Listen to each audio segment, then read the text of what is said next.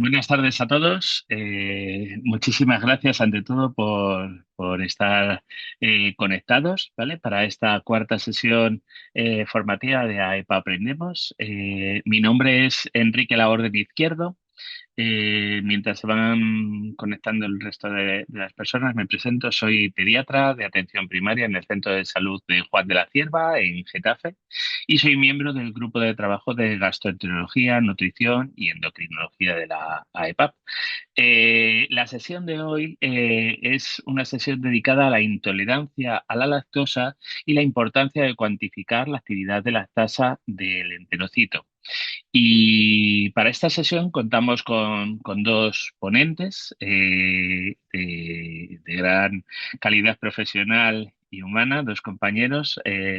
Son el doctor Miguel Ángel Carro, que es digestivo pediátrico en el Hospital Universitario de Villalba, y el doctor Andrés Bodas Pinedo, que es el jefe de servicio de pediatría y digestivo infantil del Hospital Clínico San Carlos, ¿no? Ambos pertenecen al grupo de trabajo de motilidad y trastornos funcionales de la Sociedad Española de Gastroenterología, Hepatología y Nutrición Pediátrica, y tratarán un poco pues de arrojar luz en la epidemiología de la hipolactasia, en la sintomatología asociada, por un lado, Miguel Ángel Carro, y por otro lado, Andrés Bodas nos hablará de los métodos diagnósticos más actuales y las revisiones sobre el tratamiento de esta situación fisiopatológica, esta situación clínica.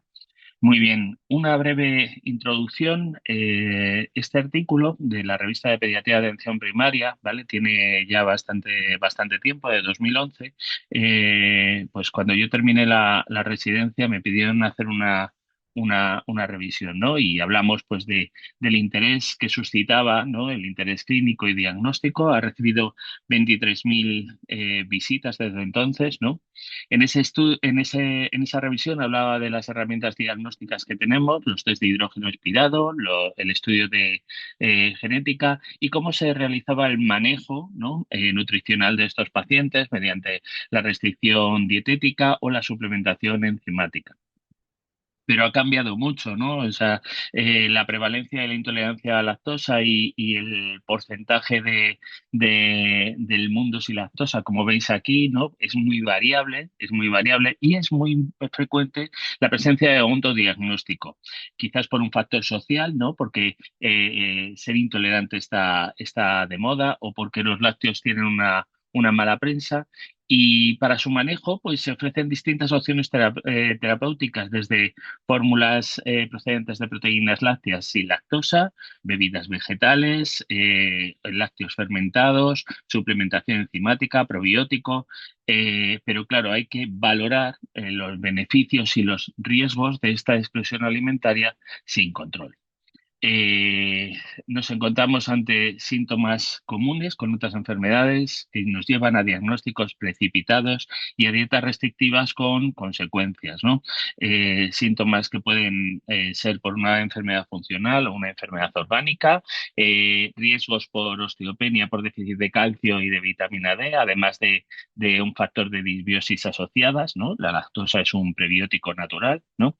Y tenemos nuevas herramientas diagnósticas. Tenemos la cuantificación directa de la dotación enzimática de lactasa, la calprotectina fecal, la zonulina, ¿no? Por tanto, en nuestra situación en atención primaria, como pediatras de atención primaria, somos claves en el cribado de esta enfermedad y en su educación y en el seguimiento. También debemos evitar el sobrediagnóstico y el autodiagnóstico y evitar esas dietas restrictivas empíricas de forma mantenida, ¿no? Y tenemos que promover, siempre que sea posible, la reintroducción progresiva y personalizada. Para ello, doy paso al primero de los ponentes, al doctor Miguel Ángel Carro, ¿no? Que nos hablará de la prevalencia de la hipolectasia, los tipos y la sintomatología asociada, y nos dirá si esa hipolactasia es un sobrediagnóstico social de moda y si tiene consecuencias. ¿no? A continuación, ¿vale? Sin interrupciones, el doctor Andrés Bodas Pinedo nos hablará sobre las pruebas diagnósticas, el tratamiento y la revisión y novedades en estos aspectos, ¿no? Durante la sesión, ¿vale? Permaneceremos todos muteados, solo hablará el ponente que esté en activo, ¿vale? Y podéis lanzar las preguntas que os vayan surgiendo a lo largo del chat. Yo iré monitorizando todas las preguntas, las iré anotando y al final, cuando finalice la presentación de ambos ponentes, pues entonces lanzaremos las preguntas, ¿vale? Bueno, pues lanzaremos el coloquio. Se prevé la finalización de la charla sobre las 6:30, ¿no? Una hora, ¿no? Como en otras sesiones. Muchas gracias a todos, insisto, por conectaros. Muchas gracias a la organización por invitarme a moderar esta sesión y muchas gracias a los dos ponentes. Comenzamos entonces. Yo finalizo mi presentación y doy paso al doctor Miguel Ángel Carro, que es el primero que habla. Adelante, Miguel Ángel. Muchas Hola, Enrique, hola a todos. Gracias por la presentación, Enrique. Bueno, yo no sé si veis ya la presentación ahí en grande. Pues os voy a hablar de lo que hemos comentado, prevalencia de la hipolactasia, qué tipos hay, qué síntomas lleva. Y yo es que realmente esto me lo suelo presentar, me lo suelo revisar a menudo. Y es que cada vez que me lo reviso me surgen más dudas que certezas. Entonces yo voy a haceros una presentación que por lo menos os compartiré mis dudas y haremos una presentación inicial. Bueno, lo primero hay que saber es los componentes de la leche. Sabemos que la leche es líquida, su principal componente es agua. En cuanto a macronutrientes, tenemos proteínas, que sabemos que estos son los que, sobre todo en niños más pequeños, nos va a dar los problemas de alergias, tanto IgE como no IgE mediadas. Vienen los lípidos, que van a ser los principales responsables de la densidad calórica de la leche. También pueden dar lugar, pues, cuanto más densidad calórica, más vaciamiento gástrico más lento, que eso también puede tener alguna implicación clínica en algunos pacientes. Y finalmente están los carbohidratos, que el principal de la leche es la lactosa y es del que nos vamos a centrar hoy. La lactosa, nosotros no podemos digerir la lactosa, no podemos absorber la lactosa directamente al torrente sanguíneo en forma de lactosa. Debe ser digerida inicialmente para su correcta absorción. Esta digestión es un proceso enzimático a partir de la lactasa floricina hidrolasa, la lactasa a partir de ahora, que se encuentra en el borde en cepillo de los enterocitos. Principalmente está en el yeyuno, aunque está a lo largo de todo el intestino delgado, pero su mayor actividad es en el yeyuno medio. Eh, Esta enzima hidroliza la lactosa en sus dos componentes, glucosa y galactosa, que ya van a poder ser absorbidos en el borde cepillo del enterocito para pasar a torrente sanguíneo. Hay conceptos principales que no deberíamos confundir entre ellos. El primero es la hipolactasia. La hipolactasia se refiere a la disminución de la actividad de la lactasa intestinal, es decir, representa el defecto enzimático en el borde cepillo del enterocito. Esta hipolactasia se puede traducir en una mala absorción, que es la incapacidad para absorber la lactosa no hidrolizada, es decir, no vamos a poder producir esa glucosa y galactosa y por tanto no vamos a poder extraer toda la capacidad energética de la lactosa. Por lo tanto, la consecuencia funcional del déficit enzimático. Y finalmente, tenemos la intolerancia, que es la manifestación clínica. Son los síntomas que van a tener pacientes con mala absorción. No todos los pacientes con hipolactasia van a tener mala absorción y no todos los que tengan mala absorción van a tener intolerancia. ¿Esto porque es? Pues va a depender eh, de muchos factores que luego os contaré, pero el mecanismo fisiopatológico fundamental es que la lactosa no digerida va a alcanzar el colon, va a sufrir una fermentación bacteriana por las bacterias propias del colon, produciendo ácidos grasos de cadena media y diversos gases que van a producir la distensión de la pared intestinal, así como la acumulación de gases y agua con la diarrea, que luego hablaremos. Hay varios tipos de hipolactasia. Voy a ponerlos un poco en orden cronológico, aunque no sé si es la forma más correcta. La primera hablaríamos de la hipolactasia del desarrollo, es propia del prematuro, menor de 34 semanas de gestación. Estos pacientes tienen una actividad lactasa disminuida que va incrementándose según va pasando sus semanas de vida. Esto se ve que tiene un papel, esa lactasa no digerida, en la colonización del colon por microbiota beneficiosa. También tendríamos un segundo tipo de hipolactasia, que es la hipolactasia congénita. Esto se ve en una mutación en el gen de la lactasa que se encuentra en el cromosoma 2. es una disminución total de la actividad lactásica presente desde el nacimiento. Va a manifestarse como diarrea osmótica severa y deshidratación. Esto va a suponer que el paciente va a necesitar una dieta sin lactosa de por vida. Es una enfermedad extremadamente rara y probablemente ninguno la veamos en nuestra experiencia clínica. Luego están las dos últimas, que son las dos que sí que nos vamos a centrar y las que vamos a ver más en la clínica. Está la hipolactasia primaria o tipo adulto, que es la que ocurre en todos los mamíferos, humanos incluidos, después del periodo de destete, que para humanos se puede considerar sobre el quinto o sexto año de vida y disminuyendo esta actividad lactásica a lo largo de la segunda década de vida. Es muy común en cierto tipo de poblaciones, menor en otro, y depende de polimorfismos del gen LCT que os voy a contar a continuación.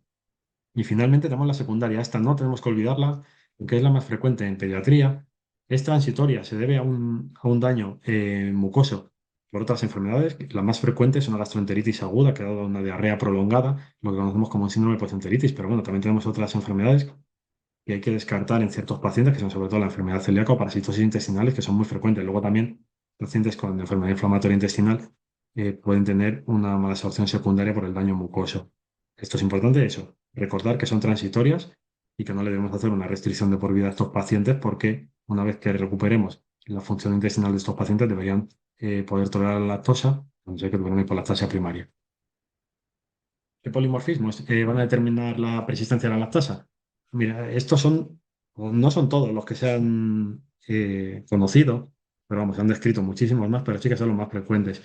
En nuestro medio, lo más frecuente es este cambio en la posición 13.910 de una citosina por una tiamina y en la posición 22.018 de una guanina por una adenosina.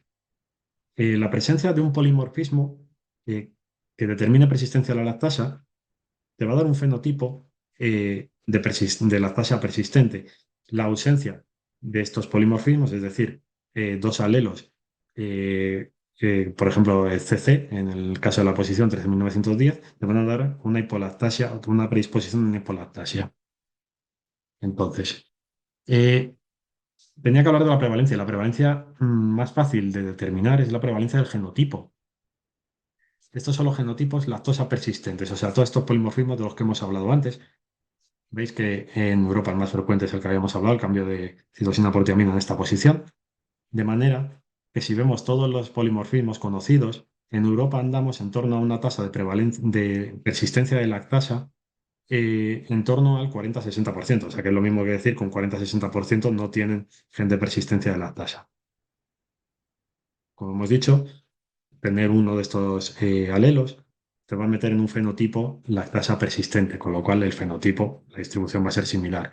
En teoría, un 40-60% de nuestra población es lactasa persistente y un 40-60% es no persistente. ¿Se traduce esto en mala absorción? Pues esto es una pregunta más difícil de responder. Este mapa es el resultado de un metaanálisis publicado en 2024 en el Lancet, en el que se estudia la prevalencia de malabsorción intestinal mediante todos los métodos diagnósticos que luego contará Andrés. Y vemos que España anda en torno a eso, el 50%, que más o menos sí que se corresponde con el fenotipo. Veis aquí que pongo en negrita en la bibliografía, retracte. Este artículo lo retiraron del Lancet. Y esto fue porque es que es realmente difícil hacer estos estudios de prevalencias por la heterogeneidad de los métodos diagnósticos. Es difícil saber la prevalencia real de mala absorción. Pero bueno, si ya es difícil conocer la prevalencia de mala absorción, que más o menos es algo objetivable, la prevalencia de intolerancia a la lactosa es muy difícil de conocer, porque no todos los pacientes con intolerancia a la lactosa van a consultar y tampoco se... Y muchos van a hacer unas restricciones empíricas sin haber consultado. Entonces, lo más práctico que he encontrado yo para saber la prevalencia de la intolerancia a la lactosa en nuestra población es ir a unos estudios de mercado. Este es un estudio de 2022 de la Fundación MAFRE. Dice que un 25% de la población española, de los consumidores, consumen una dieta sin lactosa. Pero también es muy variable todo, porque así como el 60% consume leche sin lactosa, hasta un 45% consumen bebidas vegetales. Entonces, no es fácil distinguir si se están retirando, por ejemplo, toda la lactosa, las proteínas de leche de vaca. Esto es un ejemplo de todas las confusiones que puede haber en la población en este respecto. Bueno, clínicamente todos sabemos cómo se manifiesta la intolerancia a la lactosa. Se produce un inicio de síntomas entre los 30 y los 120 minutos después de la ingesta y se van a producir síntomas muy típicos como son el dolor, distensión abdominal, borborismos y flatulencias y finalmente diarrea. De forma ocasional, algunos pacientes pueden manifestar náuseas y vómitos, pero hasta en un 30% ojo que puede aparecer estreñimiento, más común en niños pequeños. Estas manifestaciones clínicas no son iguales en todos los pacientes, va a depender de varios factores. Por un lado, de la cantidad de lactosa ingerida, o sea, altas cargas de lactosa, yo que sé, meterte 25 o 30 gramos de lactosa de golpe te va a dar una más actividad, más intensidad de síntomas de tomar 15, por ejemplo. Va a depender también de si lo ingieres con otros alimentos. Por ejemplo, si los ingieres con alimentos de alta densidad calórica, pues va a haber un retraso en el vaciamiento gástrico y una liberación más gradual de la lactosa hacia el intestino, con lo cual puede haber más tolerancia. Depende también del grado de eficiencia enzimática. Es lo que digo, no pasas de tener un 100% de actividad lactásica en el momento que te destetas a tener un 0%. Es muy variable y es muy difícil saber en qué umbral te vas a encontrar. Hay pocas pruebas que te lo puedan determinar con exactitud. Entonces, claro, el grado de eficiencia enzimática va a influir, pero a ver, esto es algo que hay que encontrar clínicamente en muchas ocasiones. También va a depender de la sensibilidad visceral individual, de la sensibilidad que tenga cada individuo a la distensión de la pared, de la pared intestinal, que es lo mismo que ocurre con los trastornos gastrointestinales funcionales. Y finalmente está el papel de la microbiota colónica, lo que conocemos como mecanismos de compensación colónica. Este es un punto complejo que lo veo. Esto también deja muchas veces más dudas que certezas. Eh, Sabemos que la lactosa no absorbida va a ser fermentada por la flora colónica.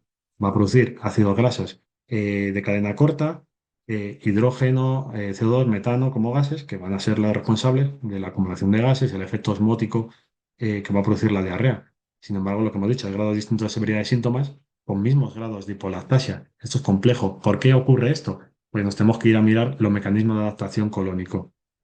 Parece que induidos como la absorción a largo plazo presentan adaptaciones si siguen ingiriendo lactosa en cantidades continuas. De manera que una ingesta mantenida de lactosa en malabsorbedores se ha observado que disminuye la producción de hidrógeno en su colon e incrementa la actividad de beta-galactosidasa endógena de las bacterias colónicas, es decir, tiene una actividad lactasa endógena. Se producen cambios en la microbiota con menor cantidad de hidrógeno, pero también es curioso cuando vas preguntándote que te encuentras más preguntas. Los malabsorbedores y los no malabsorbedores tienen actividades similares de la beta-galactosidasa, pero los malabsorbedores tienen mayores cantidades de láctico, acetato, propionato y hidroxibutirato, que nos daría también eh, un dato de que podría haber un papel no solo de la lactosa, sino de la fermentación de la glucosa y galactosa como productos de fermentación. Como ha dicho Enrique, él ya publicó en 2011 todo esto que he contado. ¿Tiene sentido ahora hablar de la hipolactasia en 2025? Bueno, pues más adelante incluso en la misma revista Atención Primaria en 2015 se puso una mesa redonda de acerca de la leche de vaca, consumo en la infancia, controversias, evidencias. Se habló de esto de que la leche no causa mocos, que no voy a contar aquí. Y también se vio en ese mismo artículo un cambio en el patrón de consumo de la leche. Se vio que la leche líquida en general había disminuido sus ventas, su consumo, pero había aumentado el consumo a cambio de otros lácteos o de otras formas de leche como la leche fermentada. Entonces, desde el punto de vista médico, no sé si hay grandes cambios para poder hablar de la hipolactasia actualmente, salvo algunos métodos diagnósticos que contará Andrés, pero es importante hablar de ello, porque mirad, esta es una revista dedicada a- al sector ventas, o sea, a las grandes superficies, que ya en 2023 decían, oye, que los productos sin lactosa suponen 466 millones de euros. Presentan un estudio de mercado en el que dicen, oye, tenéis que posicionar estos artículos porque los estamos vendiendo y nos están dando grandes beneficios. Hay una presión de la industria para vender estos productos y presentan su propio estudio de mercado, que es lo que dicen. Lo que he dicho antes, un 25% de los consumidores consumen regularmente productos sin lactosa. Pero ojo, que el 50% de ellos no están diagnosticados ni tienen una intolerancia confirmada. Lo que dicen estos consumidores, el 40% dicen que tiene una mala tendencia subjetiva, Esto realmente pueden ser una intolerancia por mala absorción. 32,2% creen que mejora su digestión, aunque no es algo que puedan decir desde el punto de vista médico que sea algo objetivo. Y un 11,5% de todos los consumidores lo consumen de forma habitual. Veis aquí cómo en solo 2 años los beneficios se incrementan en un 15%, que es algo brutal en la industria. Luego, aparte, está toda la presión. Si haces esto es una búsqueda rápida en redes sociales de todos los reels, que es ahora lo que se consume, que hablan de la leche. La leche como parte de la dieta bueno, como retirada de la leche como parte de dieta antiinflamatoria. Venga, hay mucho boom nutricional ahora, mucha presión también desde redes sociales en contra de la leche. ¿Y esto a qué ha llevado? En 2019, el Día Nacional de la Nutrición estuvo dedicado a, valga la redundancia, blanquear los productos lácteos. Entonces, ¿qué puede haber detrás de ese 50% de consumidores que no tienen un diagnóstico? Pues bueno, muchos sí que pueden tener una intolerancia a la lactosa. Espero que no muchos tengan otras patologías, como enfermedad celíaca o parasitosis, o lo que he dicho, una enfermedad inflamatoria que no esté diagnosticada. Me resultaría raro que en esos pacientes, que en ese grupo estuvieran incluidos estos pacientes sin diagnóstico. Algunos sí que tendrán diagnóstico. Pero luego hay la parte de no patología y la parte de sí patología que pueden responder a dietas sin lactosa. Por un lado, tenemos las dietas veganas y vegetarianas que podrían justificar ese descenso de la ingesta total de leche, pero no justifican el incremento de leche sin lactosa, salvo los ovo-lacto-vegetarianos, que tampoco justificarían la ingesta de dietas sin lactosa. Luego están los errores dietéticos y mitos alimentarios, que si la leche, una dieta sin lactosa da una digestión más ligera, que si es que quítate la leche que es proinflamatoria. O sea, lo que has dicho, muchas veces me vienen adolescentes o niños más mayores a consulta que dicen, joder, es que tengo una digestión, tengo un dolor aquí epigastrio, me siento siempre lleno. Y le haces una encuesta dietética y te dicen que creen que es la leche y que se la han quitado o se la han reducido, antes empezó a tomar sin lactosa, pero porque antes se tomaban un brick entero a lo largo del día y estos ves que eran leche entera que se están tomando 4 o 5 vasos al día, teniendo el estómago siempre lleno de un alimento que es bastante calórico, de un vaciamiento gástrico lento. Eso es normal que te dé una pesa de estómago. Simplemente hay que cambiarles el hábito, no quitarles la leche. Y luego lo que he dicho, el sobrediagnóstico, la presión social, síntomas vagos gastrointestinales que te dice tu vecino, "Ay, pues yo me quité la lactosa y he mejorado". Y decides quitártelo. Esa presión social existe. Eso ves en consulta día a día que te lo van diciendo. Pero luego está la parte patológica de trastornos que pueden mejorar con dietas sin lactosa, aunque no totalmente. Tenemos los trastornos gastrointestinales funcionales a un lado, como el síndrome de intestino irritable. Este sería el mayor ejemplo. Un síndrome de intestino irritable puede mejorar con una dieta sin lactosa, pero solo parcialmente. La lactosa está incluida en la famosa dieta FODMAP. O sea, un síndrome de intestino irritable para mejorar dietéticamente, o bueno, aparte de una nutrición equilibrada, sin ultraprocesados, que son los primeros consejos que debemos dar. Si decides una dieta FODMAP, hay que quitar todo, hay que reducir todos esos carbohidratos fermentables, no solo la lactosa. En cuanto a la dispepsia funcional, lo que digo, digestiones pesadas que puede ser por otras cosas, pero la dispepsia funcional, no ha habido ninguna dieta que muestre eficacia en la mejoría de los síntomas. Luego tenemos obviamente la alergia a la proteína de leche de vaca. La alergia a la proteína de leche de vaca de forma secundaria puede haber una intolerancia a la lactosa, pero también puede haber alergias a la proteína de leche de vaca que estén falsamente o erróneamente diagnosticadas como una intolerancia a la lactosa. No, a mí me llegan muchos niños pequeñitos, 3 5 años, con un estreñimiento. Y dicen los padres, pues mira, que hemos quitado la lactosa y queremos que mejore. Claramente ha mejorado, lleva con un estreñimiento desde bien pequeño. Y esto es a lo mejor lo que han hecho no es simplemente quitar la lactosa, sino que han reducido claramente la cantidad de leche, la cantidad de proteína de leche vaca que están tomando y han mejorado, aunque no del todo. Eso, les haces una prueba de exclusión de la proteína de leche, una prueba de exclusión de proteína de leche vaca y terminan mejorando, porque era una alergia y no una intolerancia a la lactosa. Y finalmente, que os voy a contar de sobrecrecimiento bacteriano intestinal, fisiopatología similar, fermentación. Si tú echas menos sustrato fermentable puede mejorar, pero no solo van a mejorar con dietas sin lactosa, necesitarían mayores modificaciones dietéticas. Y bueno, como el tratamiento y las dietas sin lactosa, os voy a hablar de ello, simplemente doy una pincelada porque tenía que hablar de riesgos y el principal riesgo de una dieta sin lactosa eh, no es tomar una dieta sin lactosa en sí, sino es que suelen hacer una reducción muchas veces de la ingesta total de lácteos. Suelen irse muchas veces hacia bebidas vegetales que contienen proteínas de menor valor biológico, menor biodisponibilidad de calcio y vitamina D, y puede llevar a una ingesta inadecuada de calcio, fósforo, vitamina D, con un deterioro de la densidad mineral ósea y un riesgo de osteoporosis, especialmente en población vulnerable. Entonces es importante que nosotros conozcamos las recomendaciones de ingestas diarias recomendadas según la edad de calcio y cuáles son los alimentos con más calcio que podemos recomendar. Y por otro lado, lo que he dicho antes de la condensación colónica, puede haber una modificación de la microbiota que puede ser potencialmente patológica o perjudicial para el individuo. Entonces, en conclusión, hay que distinguir hipolactasia, mala absorción de intolerancia. No todos los individuos con hipolactasia tienen mala absorción, no todos los que tienen mala absorción tienen intolerancia. Nunca nos olvidemos de causas secundarias. Tenemos que tener en cuenta, siempre que vengan a nuestra consulta, que muchos pacientes sufren presiones externas para ver si quita esta lactasa. Y no sé si existe un sobrediagnóstico, pero un sobretratamiento sí que es posible que exista. Y es muy importante en estos pacientes vigilar los desequilibrios dietéticos causados por estas dietas. Y hasta aquí mi presentación. Muchas gracias. Muy bien, muchas gracias, Miguel Ángel. Uy, perdón. Muchas gracias, Miguel Ángel. Pasamos a continuación al turno de Andrés. Así que nos muteamos todos y cuando quieras, Andrés. ¿Qué tal? Muchas gracias, Miguel Ángel. Pues voy a compartir la pantalla lo primero. Ahí estamos.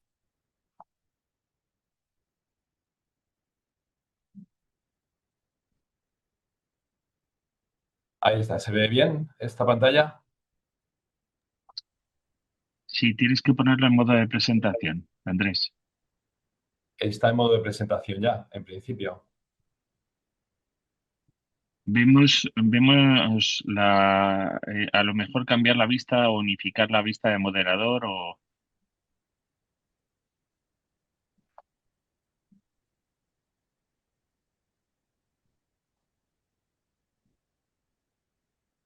tú lo ves en pantalla completa. Nosotros vemos lo que es el PowerPoint. Sí, sí, eh, vemos la pantalla completa, pero tendrías que haberlo dado de modo presentación dentro de PowerPoint. Y ya estaría ¿Y listo. ahora?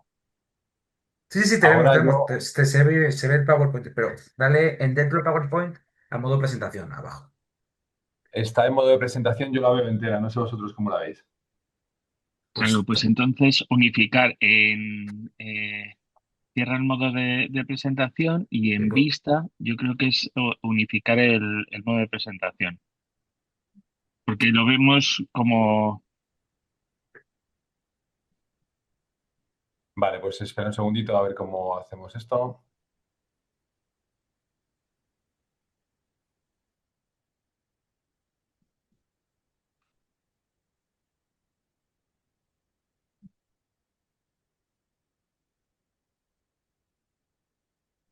sí, no, justo. Prueba a a ver, prueba a ver. Ahora comparte tu pantalla y ahora ¿Y la ahora ve. qué tal? ¿Cómo lo veis? Ahora. Vale, ahora ¿Ahora? perfecto. Perfecto, sí, ya estaría. Perfecto, sí. Te Ahora vemos. Vale. está. Vale, Perfecto. Pues nada, muchas gracias, Enrique, y muchas gracias a los organizadores de estos webinares, que son, la verdad, fenomenales. Y pues a mí me toca hablar sobre las pruebas diagnósticas y el tratamiento y las novedades que tenemos en este momento y que echamos en falta. Realmente, yo creo que existe una opinión generalizada entre los médicos de que realmente la intolerancia a la lactosa es una patología más bien benigna y por este motivo a veces se le presta poca atención. Poca atención en el sentido de que hacemos una clasificación pues quizás no muy exacta y a veces diagnósticos inadecuados. Sin embargo, cuando se revisan los pacientes con intolerancia a la lactosa, pues se observa que hay una disminución de la calidad de vida en un porcentaje importante de ellos, de manera que realmente hacer un buen diagnóstico y un buen tratamiento por las consecuencias que tiene hacer una dieta sin lactosa sin que sea necesaria, pues es importante. En un cuestionario que se pasó a pediatras de atención primaria y de gastroenterólogos pediátricos de hospitales, se vio que el método diagnóstico más utilizado era la supresión de lácteos. Ese era el primero que se utilizaba y, en segundo lugar, el test de hidrógeno expirado. Y, posteriormente, el porcentaje mayor de médicos, tanto de primaria como de hospital, pues utilizaban un diagnóstico combinado entre la supresión de lácteos y el test de intolerancia a la lactosa. Cuando se les preguntaba qué problemas veían ellos a los test de sobrecarga de lactosa, la opinión mayoritaria era que requerían una colaboración de los pacientes, y en este caso estamos hablando de niños, y el tiempo empleado en hacer este tipo de pruebas. Hemos comentado anteriormente los diferentes tipos de hipolactasias que existen, y realmente hacer estos diagnósticos es importante y justifica, en cierto modo, hacer unos test diagnósticos adecuados. Y también hemos hablado, pues, dentro del diagnóstico diferencial, de síntomas clínicos que sugieren intolerancia a la lactosa y que pueden ser otro tipo de patología. En primer lugar, ¿cómo se hace, como he comentado ahora mismo, la mayoría de veces el diagnóstico de intolerancia a la lactosa? Pues por la exclusión dietética. Se retira la lactosa habitualmente durante un par de semanas y después se hace una provocación. Y si los pacientes vuelven a tener síntomas, pues hablamos de que son intolerantes a la lactosa. Realmente aquí no somos capaces de decir de la malabsorción, si hay malabsorción, el grado de malabsorción, asumimos que hay una malabsorción, y lo que podemos decir es que son pacientes intolerantes.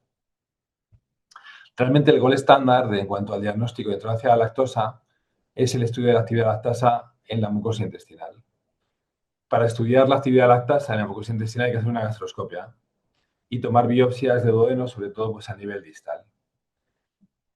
Como entenderéis, este es un método invasivo y por lo tanto se utiliza en muy pocas ocasiones. Se utiliza sobre todo en estudios de investigación. La sensibilidad y la especificidad de estas biopsias duodenales para estudiar la actividad lactasa puede ser cerca del 100% cuando se comparan pacientes con hipolactasia tipo adulto y pacientes normolactásicos. Se ha comentado antes el estudio genético.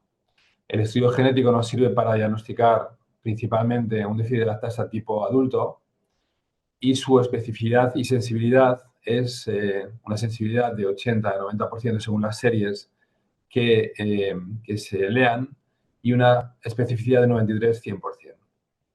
El estudio genético no nos sirve para cuantificar el grado de déficit de lactasa, ni tampoco nos serviría para diagnosticar un déficit secundario de lactasa, que en el caso de la población pediátrica es el más frecuente.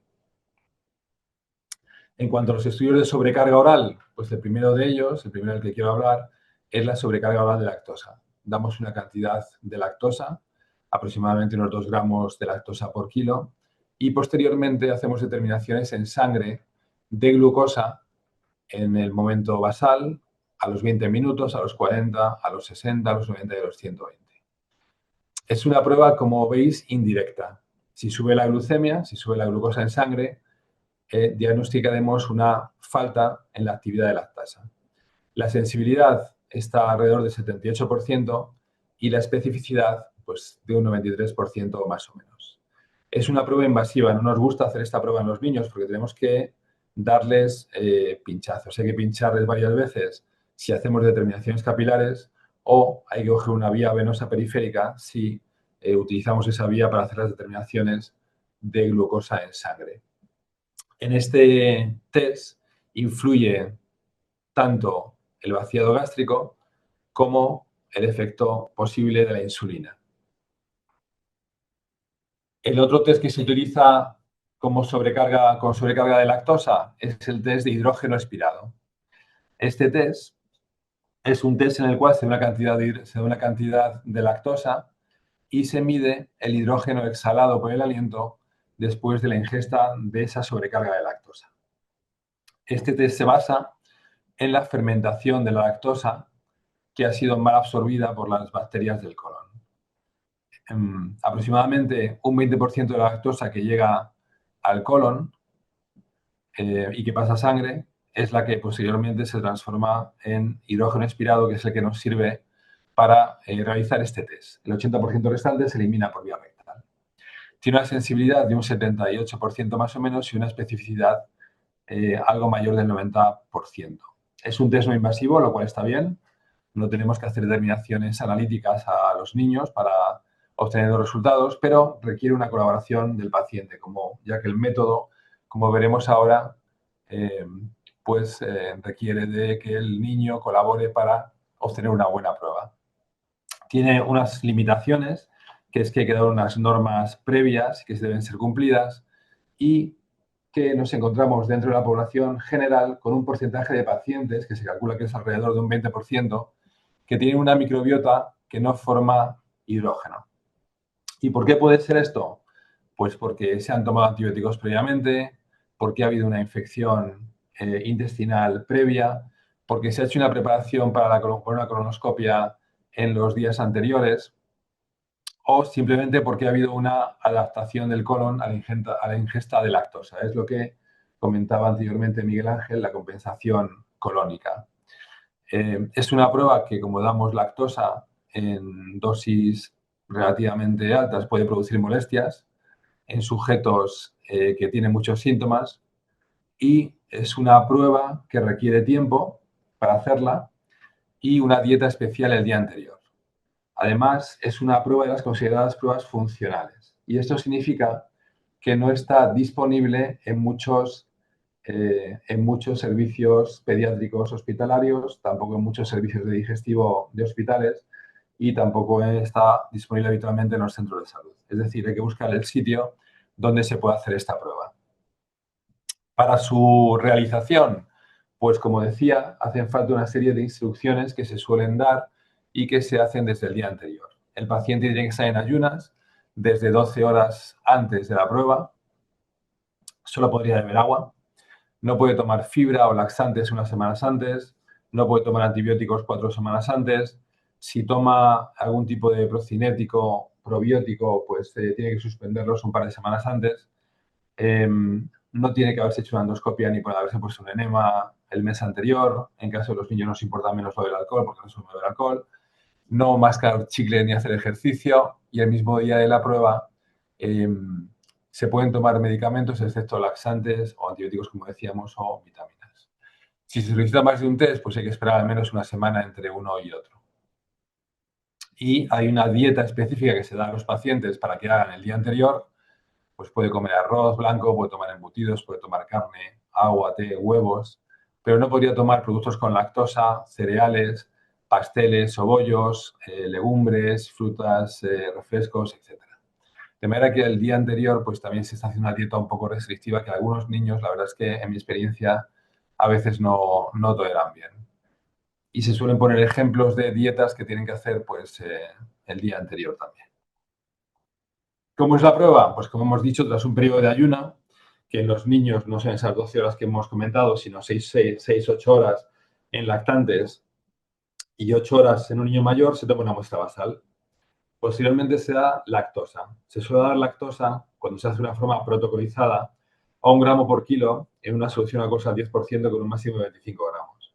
Lo cierto es que cuando hacemos estas pruebas de intolerancia a lactosa en la edad pediátrica, pues utilizamos muy frecuentemente un vaso de leche. ¿Por qué? Porque así sabemos hasta qué punto ese niño es capaz de tolerar la lactosa contenida en ese vaso de leche y si será capaz de asimilar esa lactosa. Cuando le damos, después de darle esa sobrecarga de lactosa, tiene que soplar en el aparato cada 30 minutos y sopla a lo largo de 3 horas. Por esto decíamos que requiere colaboración del niño para hacer la prueba. Incrementos de más de 20 partes por millón de hidrógeno sobre la basal que hemos obtenido los consideraremos patológicos y serán diagnósticos de malabsorción de lactosa. Si este nivel de hidrógeno se eleva antes del minuto 60 o 90, pues deberemos pensar en que puede existir un sobrecrecimiento bacteriano que está influyendo sobre el resultado de la prueba. Si durante la prueba el paciente tiene síntomas, pues hablaremos de que puede tener una intolerancia a la lactosa. Hay diversas circunstancias que pueden dar falsos negativos o falsos positivos, como el sobrecrecimiento bacteriano que acabo de comentar, como la utilización de enemas o laxantes, probióticos, antibióticos, etc. Una prueba que se utilizaba antes y que cada vez se utiliza menos es el estudio en heces de lactantes en los que sospechamos una intolerancia a la lactosa. En estas heces se estudia, por un lado, el pH, que es positivo si es menor de 5,5, y se estudian sustancias reductoras, que el estudio de sustancias reductoras es menos sensible que la determinación de pH fecal. Realmente esto da bastantes fallos. ¿Por qué? Pues por un lado utilizamos el paneal de los niños para medir para hacer estas determinaciones de pH y sustancias reductoras, y habitualmente se utiliza la parte sólida de las heces y no la parte líquida. Y también porque porque la hidrólisis bacteriana en caso de tránsito lento pues produce una disminución importante de cuerpos reductores que puede dar lugar a un pH bajo. Por lo tanto, es una prueba poco utilizada. ¿Y qué es lo que viene? ¿Qué es lo nuevo y qué es lo que ya se está haciendo? Pues es la prueba de la gaxilosa en orina. Se basa en que después de administrar gaxilosa oralmente, se desdobla en silosa y galactosa por la lactasa y podemos medir esa siloxa en orina. Se ha visto que la cantidad de silosa que se observa en orina se relaciona con la actividad lactasa intestinal, de manera que esta prueba podría ser una prueba que nos sirve para cuantificar la actividad de la lactasa. Si obtenemos valores bajos de silosa en orina, hablaremos de que hay una hipolactasia. Se ha visto en estudios que se han realizado, sobre todo en adultos, cuando se compara con la prueba gold estándar, que es la biopsia intestinal, que ese test de gaxilosa tiene una eficacia elevada. Estamos ahora mismo llevando a cabo un estudio en niños de 6 a 11 años y esto es lo que les decimos que tienen que hacer antes de hacer el test, y es unas ayunas de 8 a 10 horas. Después se les da un desayuno, que puede ser un desayuno con pechuga de pollo a la plancha, con arroz blanco, lonchas de jamón serrano o lacón o incluso un huevo frito. Y después de este desayuno debe esperar 3 horas, orinar, y damos el lactase, que es el producto, disuelto en 100 mililitros de agua, y a partir de ahí es cuando empezamos a recoger orina durante 5 horas. Durante esas 5 horas el paciente no tiene que ingerir alimentos, y durante esas 5 horas es cuando los padres van a recoger la orina que el niño está produciendo. Puede tomar agua, se recomienda de hecho que tome agua durante las 2 primeras horas, como 500 mililitros, y si el niño tiene mucha sed, pues también se le puede dar un vaso en las 3 horas finales. Después del té, los padres recogen la orina, la mantienen refrigerada y se lleva al día siguiente al centro donde se vaya a realizar la analítica. La silosa la podemos determinar por diferentes métodos. Hay un método automatizado que es el Silosai, que es un método que nos dice que la silosa es normal cuando es mayor de 19,18 miligramos. Si utilizamos un método distinto, un método manual por fluoroglucinol, la silosa normal será mayor de 37,87 miligramos. Como decimos, esta silosa puede ser una cuantificación de la actividad de lactasa y nos puede orientar hacia el grado de hipolactasia. La sensibilidad que se ha observado en estudios, sobre todo en adultos, es mayor del 90%, 93,5%, y la especificidad 91,87%. Es una prueba que está autorizada a partir de los 12 años. Y en este momento estamos haciendo, como digo, un ensayo clínico con niños entre 5 y 11 años para ver cuáles son los resultados. El coste-eficacia de la prueba es bueno y evitamos con ello ese 20% de personas que decíamos antes cuya microbiota no es productora de hidrógeno y en la cual el test de hidrógeno daría un falso negativo. En un ensayo clínico previo que se hizo con niños entre 5 y 11 años no se observaron efectos adversos relacionados con el test de gaxilosa. Uno presentó fiebre y otro presentó náuseas y vómitos, pero ninguno de los dos se relacionó con la toma de lactase. Es una prueba no invasiva y se desaconseja cuando hay una enfermedad renal grave, cuando hay hipertensión portal, cuando hay mixedema, cuando se ha realizado una gastrectomía o una vagotomía. Este algoritmo que pongo aquí es un algoritmo que he sacado de un protocolo hecho por la Sociedad Española de Patología Digestiva y que, en este protocolo resumía la forma de hacer el diagnóstico de intolerancia a la lactosa. En primer lugar, se hace una historia clínica, como siempre, y una buena exploración física para descartar una patología orgánica. Si pensamos que hay patología orgánica, vamos a hacer exploraciones complementarias que creamos necesarias, y si no si no hay una patología orgánica, pues pensaremos si esto es secundario a los lácteos y preguntaremos a los pacientes si tienen síntomas cuando toman lácteos, etc. Es verdad que aquí pues, hay un componente subjetivo importante. Si sospechamos que puede haber intolerancia a la lactosa, pues ya hacemos el test que creamos conveniente para hacer el diagnóstico de intolerancia a la lactosa. Y respecto al tratamiento, bueno, pues la base del tratamiento es que cuando los pacientes con intolerancia a la lactosa dejan de tomar lactosa, desaparecen sus síntomas.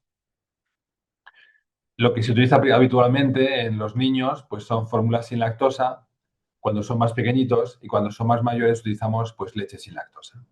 No recomendamos bebidas vegetales pues por los inconvenientes nutricionales que tienen y se ha observado que la disminución del vaciamiento gástrico como con alimentos ricos en fibra, como cereales o también las variaciones a temperatura del alimento gástrico pueden hacer que el vaciamiento gástrico sea más lento y así aumentar el tiempo en el intestino delgado y obtener una mejor fermentación de la lactosa y una mejor tolerabilidad.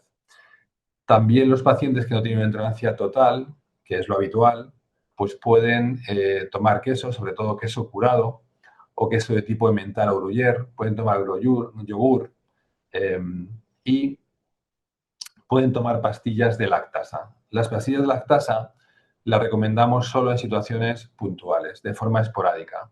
Las pastillas de lactasa se toman pues 5 minutos antes aproximadamente de cuando el niño va a hacer la comida correspondiente y, como digo, no la recomendamos de forma habitual porque tiene un efecto bastante transitorio, dura poco, solamente probablemente pues, unos 40-45 minutos y se recomienda mejor hacer una dieta sin lactosa, excepto en situaciones especiales como un cumpleaños, una comida familiar, etcétera, las que sabemos que no van a poder evitar la comida la comida con lactosa, y entonces pues puede ser recomendado este tipo de medicación.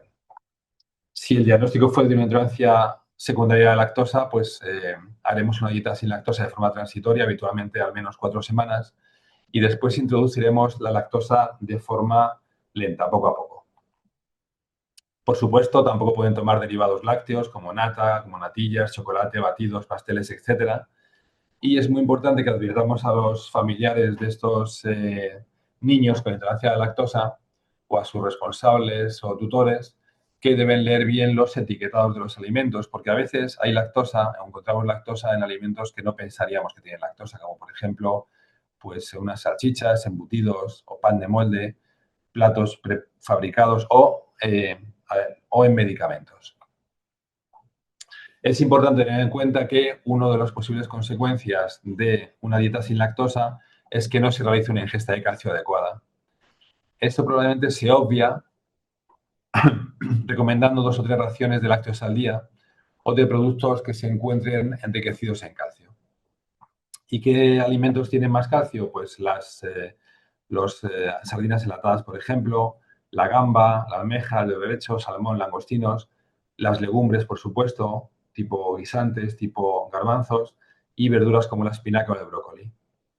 Se ha visto que la osteoporosis se produce sobre todo en situaciones en las que hay un factor de riesgo, como por ejemplo un grupo étnico seleccionado en el cual la intolerancia a la lactosa es más frecuente, en caso de enfermedad inflamatoria intestinal, en caso de mujeres o en caso de que el niño esté realizando un tratamiento con corticoides.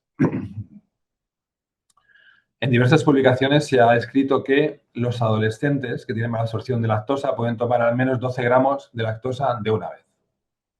Esto está publicado en adolescentes, pero no en niños. Realmente en niños más pequeños no sabemos qué cantidad de lactosa, todavía no sabemos qué cantidad de lactosa pueden tomar. Se ha hablado ya de los mecanismos de compensación colónica que pueden facilitar la digestión de lactosa siempre que sea un consumo regular de lactosa.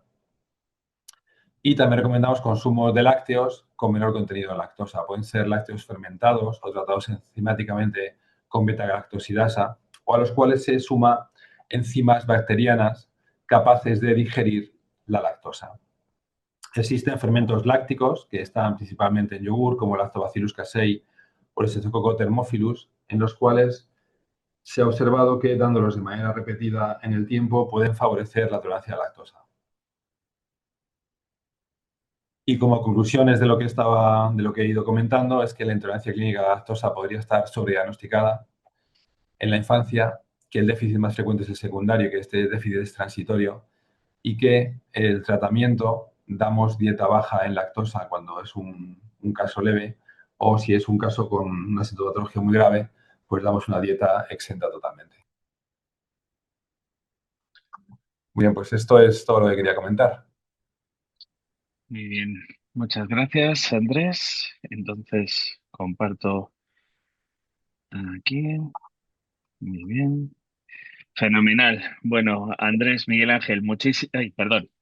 Andrés, Miguel Ángel, muchísimas gracias a los dos. Andrés, ha habido dudas en el chat, ¿vale? En relación a dos aspectos de tu parte, ¿vale? Entonces, yo creo que es prioritario aclararlo. ¿A partir de qué edad se puede utilizar el Lactés en orina? ¿Vale? Y luego después ha habido una confusión, ¿vale? En el test de sobrecarga oral con lactosa y medición de la glucemia, ¿no? Clarificar cómo funciona, ¿no? En teoría sería que cuando un niño es malabsorbente, ¿no? Pues entonces ante una sobrecarga oral de lactosa no se produciría el pico de glucemia. Confírmanos, por favor. Efectivamente, sí, perdón que igual es que he cometido yo ese error. En este caso, cuando un niño es intolerante a la lactosa, pues efectivamente la glucosa, la leucemia es menor, no se da esos picos. Y respecto al tema de la edad a la que se puede hacer el lactés, bueno, pues a partir de los 12 años está autorizado por las autoridades sanitarias. Como digo, en este momento estamos llevando a cabo un estudio en niños entre 5 y 12 años y es un estudio precisamente para ver la tolerabilidad de la prueba en niños de esta edad y para ver su seguridad y fiabilidad. Y también para saber los límites en los que debemos considerar hipolactasia, si son los mismos que en los adultos o no. Eso estamos ahora mismo en marcha y hay como 11 hospitales. Es un estudio multicéntrico en el que participan 11 hospitales y que veremos, acabamos de empezar y veremos qué resultados obtenemos. Muy bien. Yo tenía a ver, de las preguntas que han ido lanzando, ¿vale? Miguel Ángel, nos has indicado la importancia de diferenciar las formas primarias de las secundarias, ¿no? Y también han preguntado, ¿no? ¿Cuánto sería la duración de la dieta de exclusión en las causas secundarias? Que Andrés, nos has dicho que en torno a 2 semanas para plantear una reintroducción, ¿vale? Cuatro semanas. Eh, Yo he dicho Dos, cuatro cuatro semanas. semanas. Sí. 4 semanas, perfecto. Muy bien. Miguel Ángel, ¿cuándo crees que el pediatra de atención primaria, cuándo crees que debemos derivar una intolerancia a la lactosa? ¿Qué debemos monitorizar, ¿vale? En un paciente al diagnóstico, durante la exclusión y tras la provocación? ¿Y qué pruebas complementarias, si está alguna indicada, accesibles en primaria, tendríamos que plantear como pediatras de atención primaria? ¿Vale? Y Andrés, has hablado de la dieta de exclusión, ¿no? Y has hecho incidencia con dos aspectos. Uno, retirar las trazas, ¿vale? De productos como salchichas, embutidos, etcétera, ¿no? Tu opinión, eso restringe mucho la dieta de los pacientes. Y luego la segunda es, hablamos de la sustitución con, por ejemplo, quesos curados, ¿no? Un queso curado por el proceso de fermentación reduce mucho su lactosa, ¿vale? Pero aumenta mucho el contenido de grasa saturada y aumenta también los productos de la fermentación bacteriana, ¿no? Del queso curado, ¿no? Que pueden generar también, pues eso, pues un queso curado puede resultar pesado, ¿no? Para la digestión, ¿vale? Y sobre todo, pues los riesgos a largo plazo de esa dieta exenta con lactosa, esos dos aspectos. Miguel Ángel. Eh, bueno, lo que decías de qué pruebas hacer es que es complejo. Yo lo comentaba el otro día con Andrés, digo, ¿qué consideras que es la intolerancia a la lactosa? ¿Es una enfermedad funcional o es una enfermedad orgánica? Es ahí un punto pues, curioso. Realmente, si es una enfermedad orgánica, alguna prueba deberías plantearte. O sea, yo creo que sobre todo en niños, cuanto más pequeños, que no tengan un antecedente claro de una gastroenteritis aguda, que en eso sí que ya hablamos de gastroenteritis aguda que progresa, diarrea prolongada, síndrome de posenteritis, como lo quieras llamar, que esos están bastante claros. y sí que puedes plantearte de inicio quitar la lactosa de forma ya no tanto diagnóstica como terapéutica. En el resto de pacientes, yo en muchos sí que me planteo, sí que eso, realizar un estudio de las causas más frecuentes de daño intestinal, de daño mucoso, una enfermedad celíaca con unos parásitos. Yo generalmente, cuanto más pequeño es el niño que desarrolla intolerancia a la lactosa, sí que los suelo recomendar. A mí estos niños que me debutan con 5 o 6 años, incluso menores, que me resulta raro porque todavía biológicamente son mamíferos, lactantes, perdón, mamíferos somos siempre. eh, Sí que creo que está indicado, cuanto más pequeñito, así que por lo menos hacer el despistaje de una enfermedad celíaca y unos parásitos en heces por su frecuencia, que luego mayormente la mayoría van a ser negativos, pero es que algunos sí que te puedes estar comiendo. Luego, la monitorización, bueno, luego, independientemente de lo que dices, criterios de derivación, pues todo aquello que tenga red flags, datos de alarma, pérdidas de peso, diarreas sanguinolentas que puedan orientar a una inflamatoria, distensiones abdominales llamativas, quizá también sean interesantes derivarlas por si pudiera haber algo debajo. Y luego seguimiento. Pues bueno, yo creo que sí que es importante monitorizar encuestas dietéticas adecuadas, ver que no hagan, o sea, a mí si me dicen, no, mira, estoy haciendo la misma dieta que hacía antes, solo que sin lactosa, pues bueno, ahí están unas cantidades importantes de calcio, de vitamina D, pero estos que dicen, no, mira, me he pasado directamente a bebidas de soja, he disminuido mucho las cantidades de lácteos que estoy tomando, me he quitado yogures, eso sí, a lo mejor sí que hay que hacerles una monitorización de calcio, vitamina D, o recanalizar esa terapia de decirle, oye, que realmente probablemente vas a tolerar yogures, vas a tolerar quesos por su cantidad baja de lactosa, no te quites todo esto, pero sí que hay que monitorizar, sobre todo clínicamente, qué tipo de correcciones dietéticas están haciendo y qué riesgos nutricionales pueden tener. No sé si con eso te contesto a todo lo que me has preguntado. Muy bien, muchas gracias. Y Andrés, las dietas, Sí, cuéntanos. yo estoy de acuerdo con Miguel Ángel todo lo que ha dicho. Más o menos en estos adolescentes que decimos que pueden tolerar 12 gramos de lactosa de una vez, eso más o menos equivale a un vaso de leche. Eh, y respecto a las dietas, pues sí, hay que tener cuidado, desde luego, porque si damos queso curado, ahí estamos balanceando entre un queso que le puede sentar bien al paciente y un queso con mucha grasa. Entonces, hay que balancear bien la dieta y hacerlo de una forma adecuada. Respecto al tema de la edad del lácteos, es verdad que habitualmente decimos que a partir de los 12 años, pero también recientemente en la ficha técnica se ha puesto ya a partir de los 6 años. O sea que se podría incluso hacer a partir de los 6 años. Ya depende de la disponibilidad que cada uno tenga para hacerlo. Pero realmente se ha bajado hace poco a los 6 años, efectivamente. Muy bien.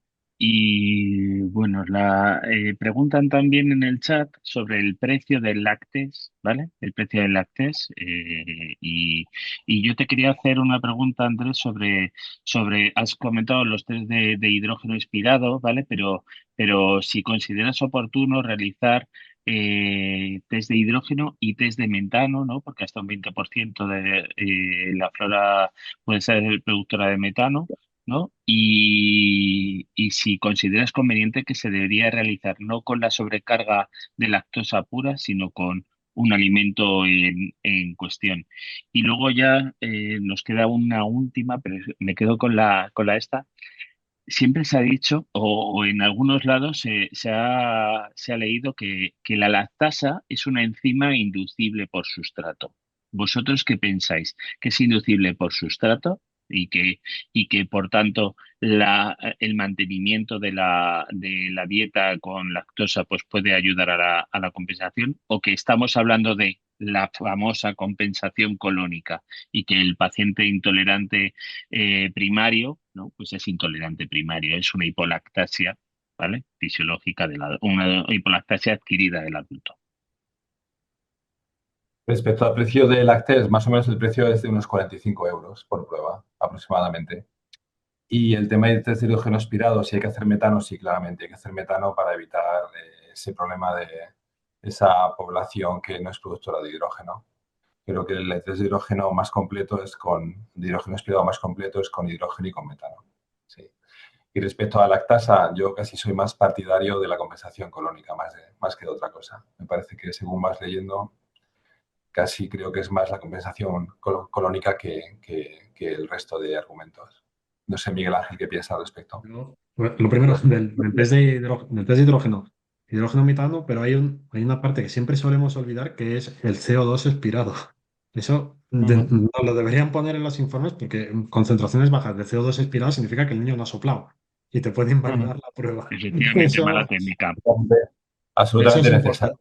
es Sí. importantísimo que en muchos test no te lo ponen y no sabes interpretar la prueba porque no te lo han dicho. Claro. Eso es fundamental que si alguna vez os van con alguno de un privado o algún en el laboratorio que no sea el vuestro externo, si no lo pone, os va a ser imposible interpretar la prueba porque si no tiene elevación de hidrógeno puede ser directamente porque ha soplado mal, no ha soplado suficiente. Claro. Ya. De hecho, Y dicen, además, mm, y además los tiempos también, los tiempos de los picos, tiempos de... pues pueden Sí, ser relativos por la velocidad de tránsito, ¿no? sí, O el vaciamiento gástrico, ¿no? O sea que sí. también, pues, el correlacionar la prueba con un test de lactulosa que no se, que solo se fermenta, pero que no se absorbe, pues también podría ser de utilidad. Y ya para acabar, la última pregunta. En uno de estos consensos que plantearemos seguro desde la Sociedad de Gastro, ¿creéis que deberíamos cambiar el término de malabsorción de la lactosa por maldigestión de la lactosa? Porque realmente, o sea, estamos Más hablando apropiado. Más, de que hay una maldigestión. Es es posible, más, sí, es más que haya. apropiado. Sí. Claro. Pues puede hacerse intolerante a la lactosa un niño. Mira, pregunta en el chat, ¿puede hacerse intolerante a la lactosa un niño no enfermo que no ingiere lactosa por hábitos de su familia en caso de no consumir lactosa? O sea, los Eh, hábitos familiares. es Si una pregunta una, bonita. si uno, sí, Es una pregunta muy bonita. Yo, como decías antes, yo opino que, o opino, por la evidencia, así como el de fructosa es indudablemente inducible, la lactosa yo no creo que sea, no hay evidencia de que sea inducible, parece más la compensación colónica. Entonces, de la forma inversa no debería hacerse intolerante, no debería disminuir su actividad lactásica, que en principio debería estar determinada por otros factores asociados, pero sí que puede cambiar, hacer un cambio significativo de microbiota colónica, quizá haciéndole más predispuesto a tolerarla peor, pero por otros mecanismos que son distintos a hipolactasia. O sea, si es que al final, una de las maneras más eficaces de modificar la microbiota es modificar la dieta, el sustrato que le das a tu microbiota. Entonces, esto es un cambio significativo realmente, que podría causar pues, clínica, pero de otro tipo por cambio de microbiota, más que por la hipolactasia. completamente de acuerdo. Bueno, pues ya vamos a acabar. Muchas gracias a los dos como puntos para llevar a casa. Entonces, nos llevamos evitar las modas y los sobrediagnósticos, ¿no? Que es muy importante que no es solo diagnosticar una intolerancia a la lactosa, que es importante diferenciar esas causas primarias de las secundarias. O sea, que una causa secundaria no pase infradiagnosticada porque hagamos una exclusión que inicialmente sea satisfactoria, ¿no? Que el manejo dietético debe ser racional, evitando las retiradas absolutas si podemos plantear una retirada progresiva y si se retira, pues plantear reintroducciones progresivas teniendo en cuenta pues el periodo de compensación colónica y de reintroducción de esos lácteos. O sea, no cesar en el intento a la primera de turno, ¿no? Elegir alimentos fortificados en calcio y vitamina D y evitar los costes innecesarios, ¿no? de la carga de la enfermedad, pues dietas de exclusión que hacen que el paciente se sienta más aislado, que tenga que buscar alternativas más caras, etc. Y que, ya para acabar, nuestro papel como pediatras de atención primaria es dar una adecuada educación dietética, una justificación de las modificaciones de la dieta y un seguimiento según las pautas que habéis dado. Muchas gracias a los dos, muchas gracias a todos por continuar. Hemos estado pues bien al principio de la jornada, ahora estamos en 85, o sea que, y nos hemos pasado 5 minutos. Gracias a todos y un abrazo. Muchas gracias. Un placer para mí estar aquí. Tratados y ya clausuramos.